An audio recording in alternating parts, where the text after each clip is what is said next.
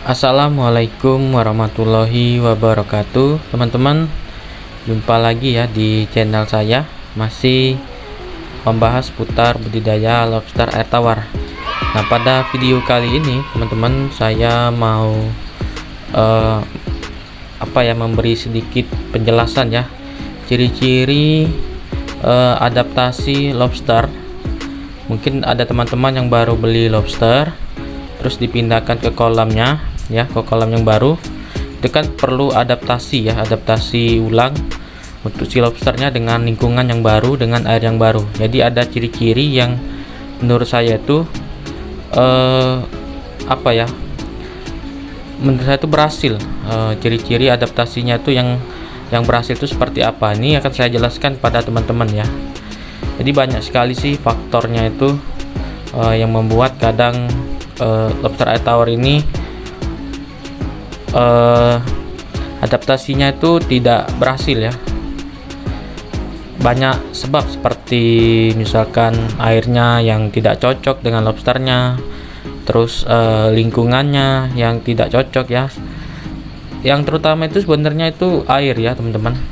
Jadi yang paling mendasar itu kalau sering lobster itu mati ya, adaptasinya gagal, itu biasanya disebabkan oleh airnya yang memang tidak cocok dengan air sebelumnya ya, dari penjualnya itu. Mungkin bisa saja air dari teman-teman atau kolam dari teman-teman itu lebih jelek kualitas airnya dibandingkan dari air sebelumnya ya, dari air yang si penjual itu teman-teman. Jadi ini harus kita cermati seperti apa sih ciri-ciri bahwa adaptasi lobster air tawar ini berhasil. Nah, ini menurut pengalaman saya ya. Ini kan seperti Clarky ini kan memang teman-teman, Clarky ini kan memang baru ya, saya ambil ya, ini baru berapa hari ya, baru seminggu ya. Jadi adaptasinya itu berhasil teman-teman. Ternyata airnya itu cocok dengan air lobster saya yang Clarky ini ya. Nah, jadi ada ciri-cirinya. Yang pertama itu teman-teman, kalau si lobsternya itu memang berhasil betah, biasanya dia nggak akan kabur ya, seperti manjat-manjat ke dinding-dinding ember. Misalkan ini ya, di ember itu mereka seperti mau manjat, seperti mau kabur, itu enggak ya. Pertama kali saya di Clarky ini, saya masukkan ke ember, si lobsternya itu langsung masuk ke shelternya untuk bersembunyi teman-teman. Nah, ini menandakan bahwa si lobsternya ini cocok dengan airnya itu ya. Terus yang kedua teman-teman, yang kedua itu aktif. Nah, jadi lobster yang aktif itu menandakan bahwa lobsternya itu sehat, tidak terjadi sesuatu dan masalah ya. Nah, bukan berarti aktif mau kabur ya, aktif maksudnya itu bergerak seperti ini ya, lincah seperti itu. Yang kalau dia diam atau dia lemes, nah berarti ada masalah dengan airnya atau dengan lingkungan si lobsternya yang baru ini teman-teman. Terus yang ketiga teman-teman adalah nafsu makannya itu bertambah. Jadi ciri-ciri adaptasi kita tuh berhasil, lobsternya itu ya, nafsu makannya itu tetap sama atau malah bertambah. Nah, itu seperti itu. Jadi Clarky saya ini teman-teman, saat saya masukkan ke ember ini pertama kali, siang-siang saya langsung kasih kacang hijau ya, saya beri kacang hijau. Kalau nggak salah itu 8 butir ya, waktu itu 8 butir. Masih 2 ekor waktu itu ya, belum 4 ekor seperti ini. Habis semua teman-teman. Nah, ini menandakan si lobsternya itu sehat ya, nafsu makannya tetap terjaga, tetap nambah bagus lagi ya, lebih maksimal lagi. Nah, itu menandakan bahwa lobster ini memang benar-benar cocok dengan lingkungannya yang baru. Nah, yang terakhir itu ini yang sangat menurut saya itu sangat bagus ya, terjadi molting. Nah, ini saya akan tunjukkan ya.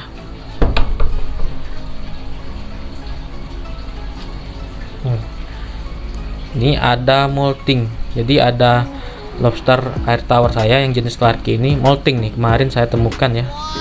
Nih, ini yang jantan teman-teman ya, ada kelaminnya nih ya, kelaminnya tuh ini yang jantan ya, ukurannya 2 inci.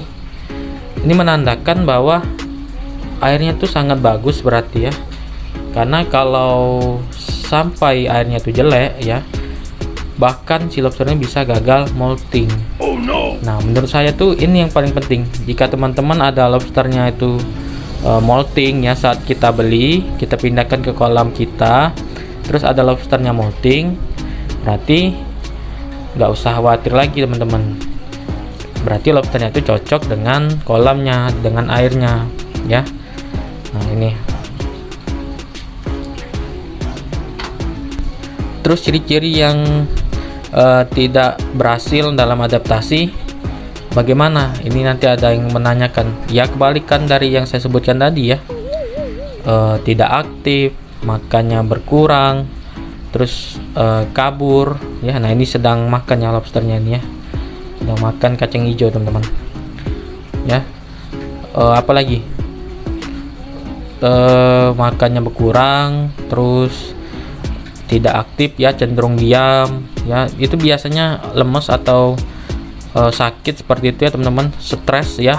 Itu bisa jadi juga teman-teman, mau kabur ya, manjat-manjat atau mau kabur melalui selang aerator ini. Terus yang terakhir tuh gagal molting. Nah, bisa gagal molting, bahkan tidak mau molting ya. Ini berbahaya, bisa menyebabkan kematian juga teman-teman. Nah, jadi sebelum teman-teman mau membeli lobster air tawar, persiapkan dulu dengan matang tempatnya itu ya, terutama itu airnya. Ini sangat penting sekali. Misalkan teman-teman punya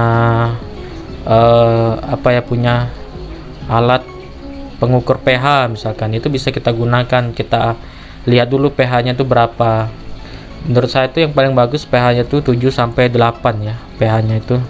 Kalau lebih sedikit atau kurang sedikit tuh nggak terlalu ini ya, nggak terlalu jadi masalah juga ya.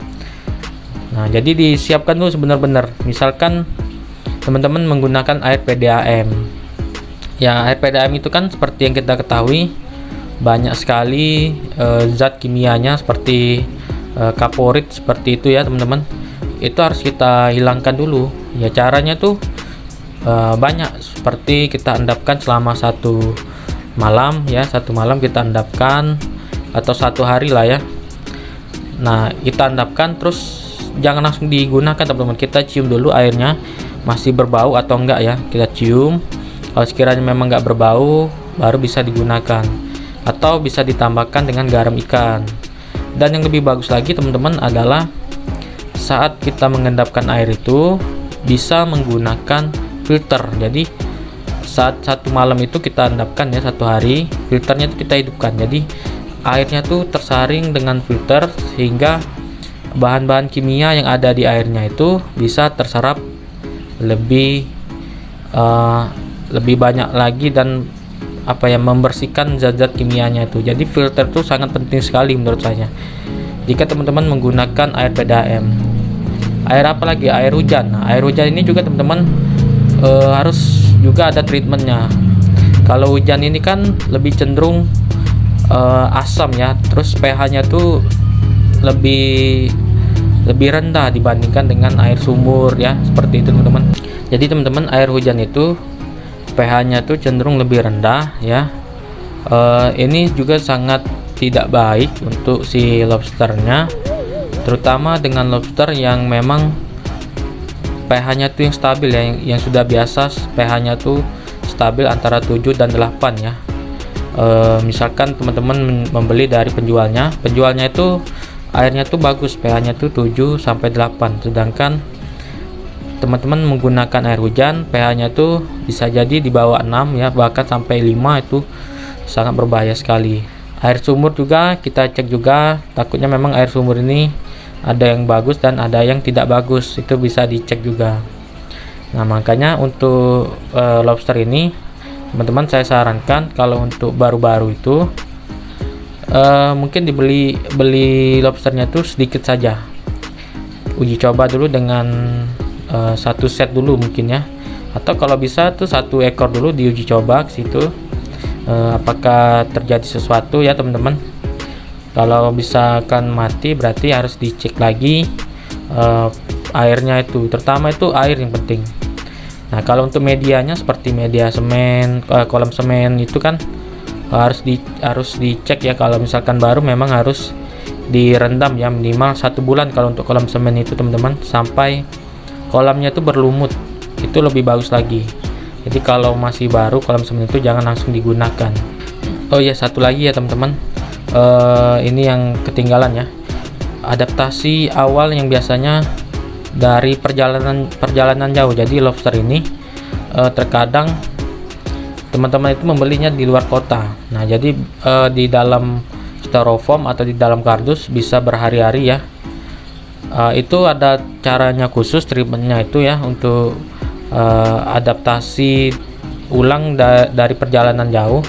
Itu jangan langsung dimasukkan ke dalam ember atau ke dalam kolam ya, ke dalam airnya itu. Teman-teman harus melakukan yang namanya itu apa ya, adaptasi atau treatmentnya dulu.